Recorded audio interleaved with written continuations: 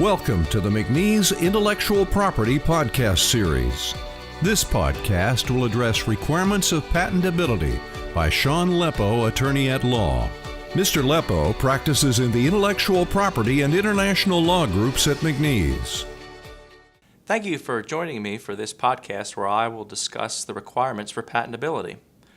One of the most common questions I get from inventors is, what does it take for my invention to be patentable?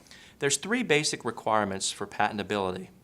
They are usefulness, newness, sometimes also called novelty, and non-obviousness. I like to explain these requirements as a series of hurdles of increasing difficulty.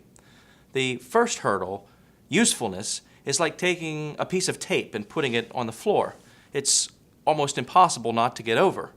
The reason for that is that the Patent Office doesn't make any value judgment about your invention or whether or not it would be commercially successful. It simply has to work.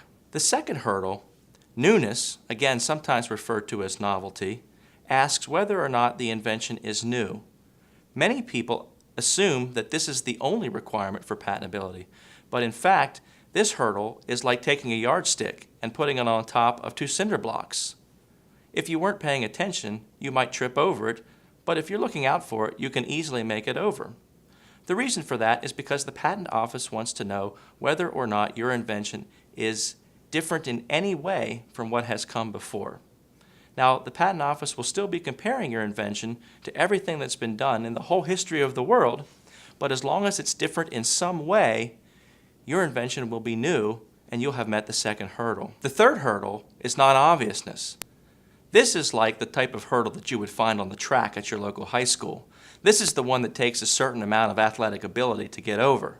That's because, in addition to just being new, you have to also be able to show that your invention is not a trivial change from what has been done before. That is, the Patent Office has already accepted that your invention is new.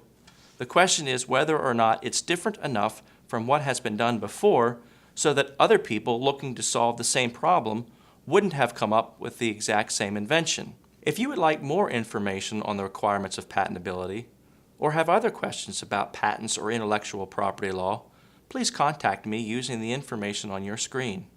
Thank you.